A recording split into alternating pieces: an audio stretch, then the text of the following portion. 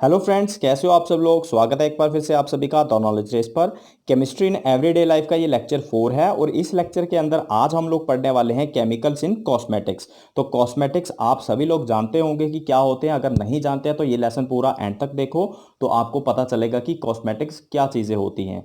ठीक है, तो जल्दी से हम लोग अपना जो आज का टॉपिक है वो स्टार्ट करेंगे, लेकिन उससे पहले आपसे एक रिक्वेस्ट है यार कि जल्दी से चैनल को सब्सक्राइब करो और बेल आइकन को दबाओ ताकि आने वाली वीडियोस के भी नोटिफिकेशन आप तक पहुंचे। और साथ ही साथ हमारे जर्नल साइंस के, कंप्यूटर के, पॉलिटी के और भी बहुत सारे वीडियोस जो है हमारे चैनल के ऊपर पड़े हैं। तो अगर आप लोग उनको देखना चाहते हैं तो प्लेलिस्ट में जाके उनको आप लोग चेक कर सकते हैं। तो ठीक है गाइस, तो चलिए जल्दी से स्टार्ट करते हैं आज का हमारा टॉपिक। तो आज का हमारा टॉपिक यही है, केमिस्ट्री इन कॉस्मेटिक्स। तो आप सभी लोग जो है कॉस्मेटिक्स के बारे में अच्छे से जानते होंगे, लेकिन अगर नहीं भी जानते हैं तो इसके अंदर आज हम लोग पढ़ने वाले हैं। तो देखो यार, कॉस्मेटिक कोई ना किसी प्रकार का कॉस्मेटिक आप लोग भी यूज़ करते हैं। ठीक है, जितने भी प्रकार की आपकी क्रीम्स जो हैं, फेशियल क्रीम्स या वो बॉडी लोशंस होते हैं, या उसके साथ जो लड़कियां जो नेल पॉलिश यूज़ करती हैं, ठीक है ना, बहुत सारे जो हैं हमारे प्रोडक्ट्स होते हैं, जैसे टेल्कम पाउडर है, परफ्यूम्स हैं, बॉडी डिओड्रेंट्स हैं। तो ये सारे के सारे कॉस्मेटिक्स के प्रोडक्ट्स होते हैं। ठीक है, तो अब ये क्या होते हैं कॉस्मेटिक्स के प्रोडक्ट, या इनका इस्तेमाल हम लोग क्यों करते हैं, तो वो आओ देखते हैं। Cosmetics are the chemical products used for cleaning, protecting, beautifying और enhancing the complexion of the skin.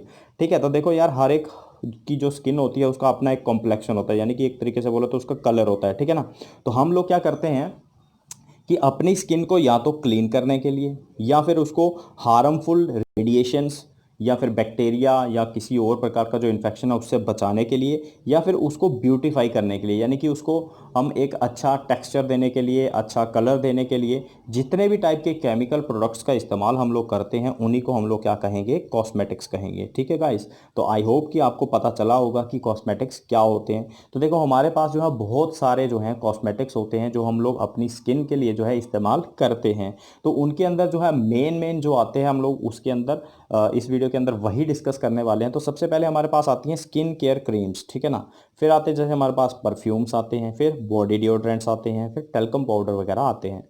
तो इन्हीं इस वीडियो के अंदर हम लोग इन्हीं को डिस्कस करने वाले हैं और इनकी केमिकल कंपोजिशन वगैरह देखेंगे कि ये क्या होते हैं। तो आओ सबसे पहले देखेंगे हम लोग टेल्कम पाउडर क्या होता है। तो देखो क्या होता है टेल्कम पाउडर, बेसिकली हम लोग क्या करते हैं, अपनी स्किन के ऊपर किसी भी प्रकार की जो इरिटेशन हो रही है उसको रिड्यूस करने के लिए इस्तेमाल करते हैं। और सेकंड इसका काम ये होता है कि ये एक अच्छा टेक्सचर भी देता है हमारी स्किन को। ठीक है, उसके साथ साथ ये स्वेटिंग को भी एब्जॉर्ब करता है। ठीक है ना, स्वेटिंग को कम करता है बेसिकली। तो इसके अंदर होता है बेसिकली टैल्क नाम का एक कंपाउंड होता है। तो ये टैल्क क्या होता है basically, it is a hydrated magnesium silicate, और जिसका फॉर्मूला है यहाँ पे मैंने रखा है Mg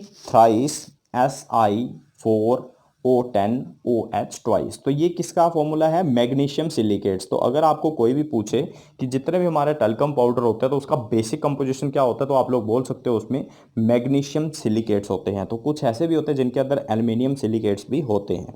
उसके बाद जैसे हमारे पास जेड एन ओ जो है ये होता है जिंक ऑक्साइड। फिर है हमारे पास मैग्नीशियम कार्बोनेट, ठीक है, MgCO3। उसके बाद आता है हमारे पास कोई एक सूटेबल परफ्यूम। ठीक है ना, क्योंकि जितने भी टेल्कम पाउडर्स होते हैं उनके अंदर आप सभी जानते हैं क्या होता है, एक खुशबू तो होती है, सेंट फ्रेग्रेंस उनके अंदर होता है, तो वो भी उसके अंदर डाला जाता है।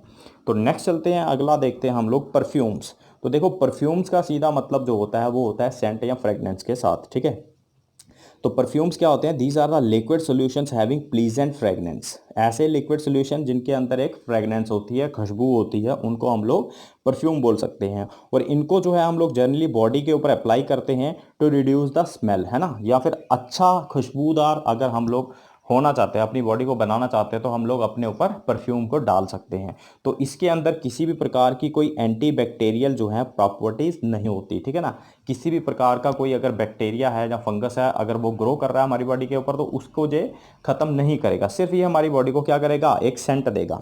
अब इसके अंदर होता क्या है, तो बेसिकली इसके अंदर तीन कंपोनेंट्स होते हैं। अगर केमिकली देखा जाए तीन कंपोनेंट्स होते हैं, एक होता है व्हीकल, फिक्सेटिव, और उसके बाद होता है ऑर्डर प्रोड्यूसिंग सब्सटेंस। तो अब देखो व्हीकल जो है वो एक सोल्यूशन होता है हमारे पास इथेनॉल और वाटर का। ठीक है ना, एक तरीके से मिक्सचर होता है दोनों का, जिसको व्हीकल कहेंगे।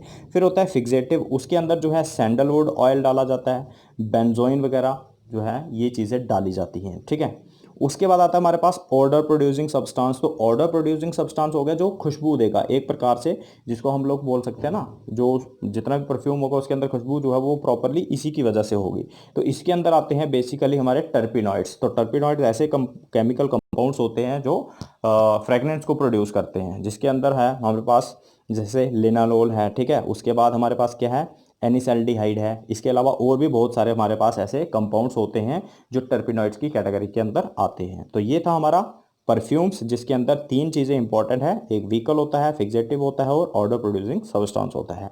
नेक्स्ट चलते हैं, हमारे पास आते हैं डिओड्रेंट्स। तो अब देखो डिओड्रेंट्स क्या होते हैं, ऐसे केमिकल सब्सटेंसेस होते हैं जिनको हम लोग बॉडी पे अप्लाई करते हैं ताकि उससे जो आने वाली फाउल स्मेल जो है वो खत्म हो जाए। देखो हमारी बॉडी के ऊपर क्या आता है, बहुत सारा पसीना आता है, उस पसीने से जो है हमारी बॉडी के ऊपर स्मेल हो जाती है और उसी स्मेल की वजह से या पसीने की वजह से हमारे ऊपर जो है इन्फेक्शन भी आ जाती है।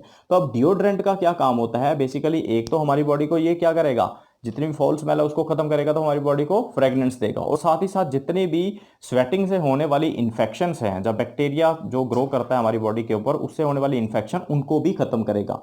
परफ्यूम सिर्फ आपकी बॉडी को फ्रेगनेंस देगा, लेकिन जो डिओड्रेंट होगा वो आपकी बॉडी को क्या करेगा, एक तो फ्रेगनेंस भी देगा और साथ ही साथ जो है जितने भी टाइप की इन्फेक्शन है उसको भी खत्म करेगा। तो यानी कि डिओड्रेंट के अंदर एंटी बैक्टीरियल या फिर हम कहें एंटी माइक्रोबियल प्रॉपर्टीज होती हैं।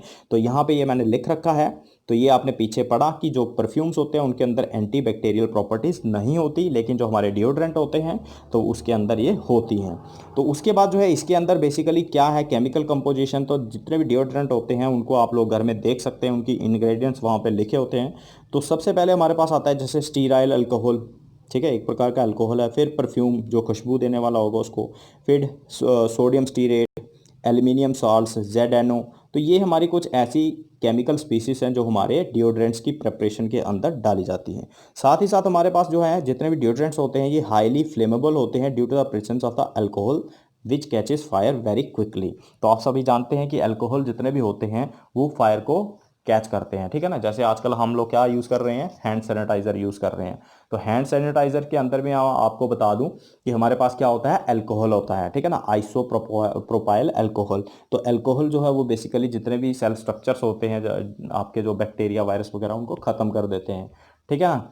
तो सेम ऐसे ही जो है अगर आप लोग हैंड सैनिटाइजर को भी आग लगाएंगे तो उसको थोड़ा हल्का हल्का आग लग जाएगा, लेकिन अगर अब आपका डिओड्रेंट वगैरह है तो उसके ऊपर अगर आप लोग आग के ऊपर स्प्रे करेंगे तो देखना कितनी सारी आग जो है वो आपकी जलती है। तो ये बेसिकली फ्लेमेबल होते हैं, तो इसलिए आपका जो कंटेनर होता है डिओड्रेंट का उसके ऊपर लिखा भी होता है कि इसको आग से दूर रखें, ठीक है गाइस। तो आई होप कि डिओड्रेंट के बारे में भी आपको थोड़ा सा आइडिया हो चुका होगा। तो नेक्स्ट चलते हैं, हमारे पास आती हैं क्रीम्स। अब देखो ये बहुत सारी इंपॉर्टेंट चीज़ें हैं क्रीम्स के अंदर। तो स्किन क्रीम्स आप लोगों ने सुना होगा या फिर बॉडी लोशंस, तो ये सारे क्रीम्स के ही टाइप्स होते हैं। तो इसके अंदर होता क्या है, बेसिकली क्रीम्स होती क्या है उसको देखेंगे सबसे पहले। तो ये क्या होते हैं, stable emulsions of oil and water, ठीक है ना, ठीक है ना। फैट्स या फिर ऑयल अगर आप लोग ले लेंगे तो उसको वाटर के अंदर आप लोग डालते हैं तो उसका इमल्शन बन जाता है। तो इमल्शन अगर आप लोगों को मैं बताऊं कि आपने क्या करना है, थोड़ा सा ऑयल लेना, पानी के अंदर डालो, उसको शेक करो काफ़ी देर तक, उसके बाद जो क्या बन जाएगा वो एक टाइप का इमल्शन बन जाएगा, ठीक है ना, पेस्ट टाइप का बन जाएगा, वो आपको गाढ़ा हो जाएगा, तो उसको इमल्शन कह सकते हैं हम लोग। तो ये जो क्रीम्स होती है एक स्टेबल इमल्शन होता है ऑयल या फैट का वाटर के अंदर। तो इसके अंदर जो है बेसिकली हम लोग क्या करते हैं, क्यों इनको अप्लाई करते हैं, ताकि हमारी स्किन जो है उसका कलर या उसको ब्यूटीफाई कर सकें, ठीक है। तो इसलिए हम लोग इसका इस्तेमाल करते हैं। इसके अंदर अगर हम केमिकली देखें तो क्या क्या चीज़ें होती हैं, सबसे पहले होता है इमल्सीफायर। इमल्सीफायर का मतलब क्या हो गया कि जो हमारा इमल्शन बनेगा वाटर और फैट्स को या ऑयल को मिला करके उसको स्टेबल करना, ठीक है ना। अगर हम लोग ऑयल को पानी के साथ मिक्स करते हैं तो थोड़ी देर अगर हम लोग उसको छोड़ दें तो पानी अलग और तेल अलग हो जाता है, ठीक है ना, तो वो स्टेबलाइज्ड हमारा इमल्शन नहीं है। तो इसलिए ये ऐसे केमिकल कंपाउंड डालेंगे ताकि जो हमारा इमल्शन है वो काफ़ी लंबे समय तक बना रहे। तो इसके अंदर क्या डाला जाता है एज ए इमल्सीफायर, तो पोटाशियम सी टाइल सल्फेट, ये एक ऐसा केमिकल है जो एज ए इमल्सीफायर काम करेगा। फिर आते हैं हमारे पास प्रिजर्वेटिव्स। प्रिजर्वेटिव्स भी आपने पीछे पढ़े हुए हैं कि ये प्रिजर्व करेंगे, जो शेल्फ लाइफ होती है किसी भी चीज़ की उसको इंक्रीज करते हैं, ठीक है। तो प्रिजर्वेटिव्स के अंदर जैसे बेंजोइल अल्कोहल है, आपका सैलिसिक एसिड है, ये आपका काम करता है। नेक्स्ट हमारे पास थिकनर्स। अब थिकनर्स क्या होते हैं, जो उसको थिक बनाएंगे, उसको पेस्ट टाइप का उसका जेल बनाएंगे। तो इसके अंदर हमारे पास आते हैं जो सी टाइल अल्कोहल है, स्टीरिक एसिड है, ये कुछ ऐसी चीज़ें हैं जो उसकी थिकनेस को बढ़ाती हैं। नेक्स्ट आते हैं हमारे पास एमोलिएंट। एमोलिएंट क्या होते हैं, देखो यार मतलब आपने क्या किया कि जितने भी क्रीम है आपने उसको स्किन के ऊपर अप्लाई कर दिया, ठीक है। अब अप्लाई करने के बाद जो है कि आपकी स्किन में से किसी भी प्रकार का वाटर लॉस नहीं होना चाहिए, ठीक है।